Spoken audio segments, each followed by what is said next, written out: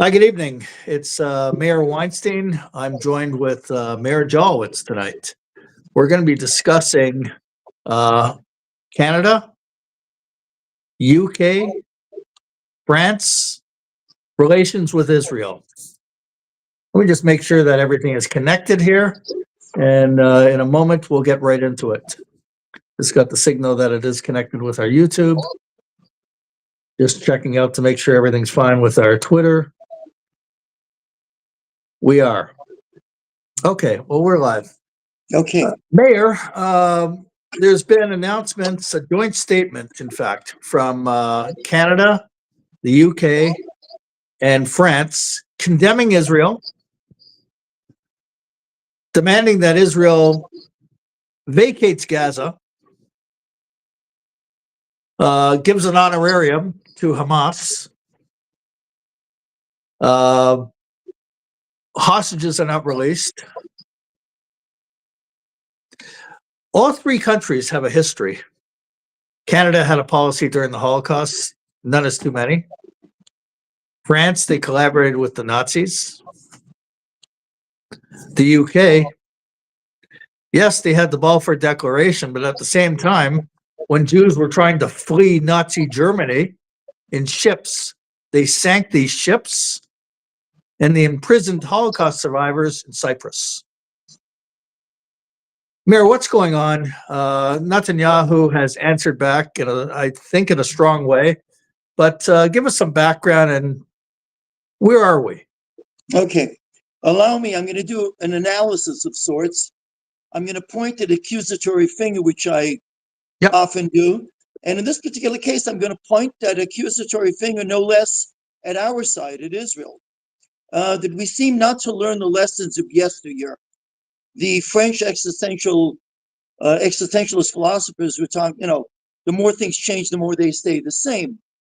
You mentioned UK. In the year 1215, the Magna Carta, the greatest document of freedom and human history at the time, giving freedom to all people. And in the year 1290, the Jews are all expelled from England. We should have learned something from our history. I've written a couple of op-eds, which I've somehow employed in one place or another. It's certainly something that I do with my lectures. The phrase that I've used, which is that there seems to be an anorexic appetite for the truth, which describes the other world. And for some reason, we seem to believe that as long as we do good, it'll be met with good. As long as we are the good guys, the others will be recognized as the bad guys. I'm going to repeat something that you and I have done in several of the podcasts before, but I think it's important to sort of underscore the problem. The most recent, if I can bring any connection to it, was the Abraham Accords. The Abraham Accords, which were signed on September 15th of 2020, allowed our side, Israel, and those people who were pro-Israel, to believe that we turned a corner, that all of a sudden the world would recognize that we would find some moderate neighbors, even though they weren't immediate neighbors to Israel. And the mistake that was made at the time, and I criticized it in an op-ed on the radio show that I do, and also in a number of my lectures, and I said that Bibi Netanyahu sort of jumped the gun, first of all, by referring to it fraudulently, not mistakenly, fraudulently, as a peace accord. It was not a peace accord, it was a normalization of relations. More important is that Bibi Netanyahu at the time came out and said, we've turned a corner, and proof of it was that Israel has now found favor in much of the Western world, that the Western world was much more appreciative of Israel, and we will now see a new future. We're embarking on a new future. That was in 2020. That was 3 years before October 7th. The mistake that Netanyahu made at the time was, and it's a mistake that we keep repeating, we advocates of Israel, is that we pretend that Israel has friends. What Bibi said at the time, he came out with a very important press conference, and in the press conference, he basically said the proof of the fact that the world has now taken a pro-Israel position was that notwithstanding the United Nations votes, which went overwhelmingly against Israel, I've mentioned on one or two shows before, the average vote in any given year at the United Nations, of the 193 nations, the average vote was 112 to 9 or 10 or 11 in favor of Israel. The 112 were against Israel. When the Abraham Accords happened, Bibi Netanyahu turned around and he said, look, Israel has now found favor because there are a lot more countries not voting against Israel, but abstaining in the vote. Right. So here it is, we have UN resolutions condemning Israel, and Bibi Netanyahu professes a victory by suggesting that a lot more nations are now voting to abstain.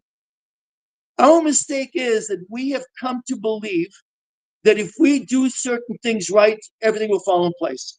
And time after time after time, we are disappointed. That Jewish tradition, do not put your faith in princes. We seem not to learn that lesson. And a quote that I used perhaps even in the last time that you and I did a broadcast, it was a quote attributed to Eric Hoffer.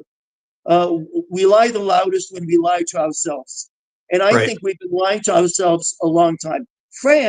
That France would do this week is not a surprise. It was only a month, it was less than a month ago that France announced that in June, in a few weeks, they would be meeting with the Saudis in New York, and they would declare their support for Palestine. In 2024, it was Spain, Norway, and Ireland that supported Palestine.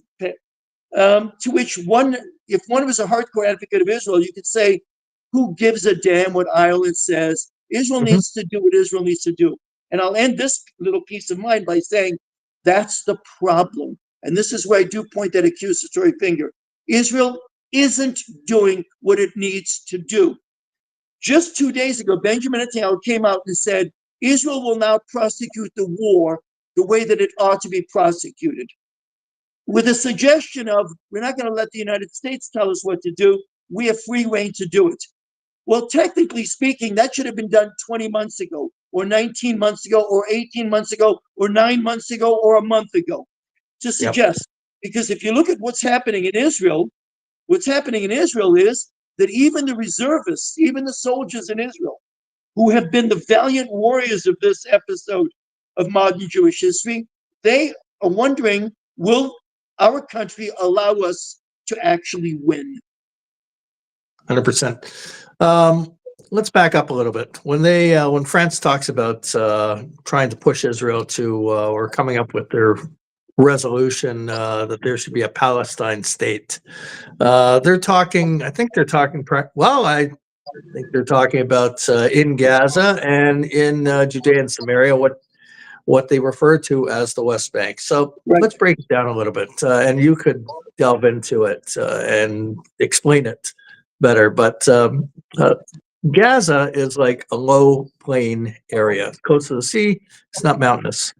The Judea and Samaria is mountainous. When I go there, and I'm in not a settlement, a Jewish town, and I'm on the hills, and I could see the lights of Tel Aviv, major cities in Israel. So, with the amount of terrorist organizations and the overwhelming support in Judea and Samaria, what they call the West Bank, in the Arab society there for these terrorist organizations, and they're all on the list. These terror organizations are all listed by Canada, the UK, and France as outright terror organizations. They're there. And they will be on those hills in the so-called Palestine state. If they don't have tunnels already, which they probably do have some, maybe not the same extent as in Gaza right now, but certainly when you're on the hills and your guns are pointed down at the cities, the major cities, then Meir, explain it to our viewers what they are talking about. Yeah, it's not rational. And I'll throw in a couple of facts in the short time that we have. Even most recently in Syria, we Yeah. see a new terrorist regime taking place. Right. Everyone is delighted the fact that Assad is no longer in charge, and therefore they embrace the new terrorist, who Right. was going around slaughtering his own citizens, killing and beheading Druze, and so on and so forth. And Yeah. there was actually a discussion that was held in the Western world in which they said this opens up a discussion between Israel and Syria for possibly returning the Golan Heights. It's truly remarkable. Our side, Israel, has a terrible defect that they suffer, which is that anytime someone shows any conciliatory gesture, we fully embrace them. We'll give them the Sinai back. We'll do whatever we need to do. Just please, you don't have to love us. Just allow us our right to exist. And we're Right. delighted when the enemy says that. Right. The French, as far as the French, Jabotinsky said this 100 years ago. I think it was 102 years ago now, in which he Right. basically said that who are they to stand in judgment of us? And also, I'm paraphrasing, of course, it's a magnificent piece that he wrote about excessive apology. And he says that it comes down to we need to tell them to go to hell. That's what he Right. said. What we need to tell France and Macron and his ilk is that he needs to give independence and worry about New Caledonia. New Caledonia, for those people who don't know the map very well, because we don't study geography these days, is next to New Zealand, and yet it's considered French territory. Let the French worry about giving independence to New Caledonia, or even close at home to Corsica. This is insane. For the state of Israel to worry about what the others, there comes a point where you simply have to tell them to go to hell. Right. There's a problem that we suffer. I had mentioned in the last broadcast that we did, it was short as it was, that there are two wars being fought: a kinetic war, the military war, that the Arabs realize that they can't win, and so they're very skillfully and artfully engaged in this war of ideas. And Right. the war of ideas basically says that we'll win the diplomatic war. And who's fighting the diplomatic war? It isn't Mahmoud Abbas or Hamas themselves. It's France. It's Canada. It's the leftists in Israel. It's the media everywhere. It's academia everywhere. The very notion that October 7th had put to rest the notion of a two-state solution is fraudulent. Just last week, people are talking about, as you mentioned just a few minutes before, they're talking about a two-state solution. Nothing that Israel does is going to satisfy them, and therefore Israel should have learned the lesson a long time ago and do what they need to do. The world is going to condemn you anyhow. Had Israel won the war in the manner with which they should have won the war, by November of 2023, the world would have complained, but no more than they complain now. Right. We simply just don't get it.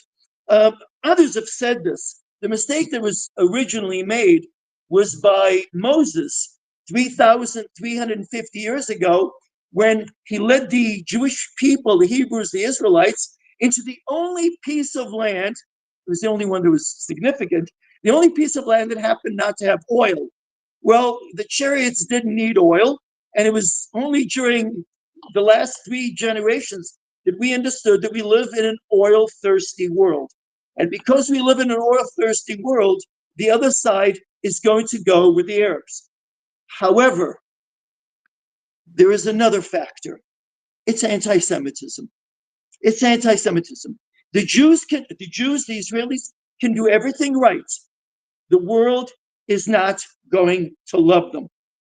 And the only time that Israel, in fact, found out that they had some gas reserves, natural gas reserves, was when they discovered in the Mediterranean, off the shores of Haifa and southern Lebanon and everything else, possibly the largest natural gas reserves in the world.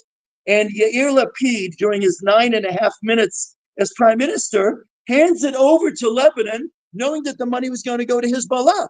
And this was in October of 2022. So even when the odds do fall in our favor, we, the leftists, the naysayers among us, are the first to say we need to placate those who don't love us, don't like Right. us, don't tolerate us. Right. That, Mayor, with all due respect, that's on us. That's Right. on us. If Right. Israel wanted to win the war, mind you, put the hostages.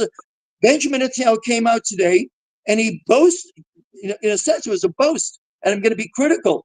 He said there are 20 hostages that we know still to be alive, and he reminded us that were rescued, 148 were freed. My God, 858 soldiers died. Others will continue to die. You Yep. need to win the war. And today, the Western world came out. I mean, you've seen it, the countries that you mentioned. And Donald Trump himself has come out and said, we cannot allow starvation to happen Right. in Gaza. The starvation. We have completely bought the narrative of the other side. One last thing, because I know that in the past, we've mentioned Piers Morgan, Yep. sitting there, and people think that he's this honest broker interviewing, he interviews the devil and then he interviews the real, and we care about his opinion. And I've always said, anyone who sort of measures both sides, well, let's hear what the Jews have to say, and let's now hear what the Nazis have to say. Well, Piers Morgan had Mehdi Hassan on, and he Right. says, I now agree with you. Yes. Israel is bringing a purposeful genocide using starvation as a tool to defeat the Palestinian Arabs in Gaza. The fools are the people on our side who actually thought that Piers Morgan understood our side.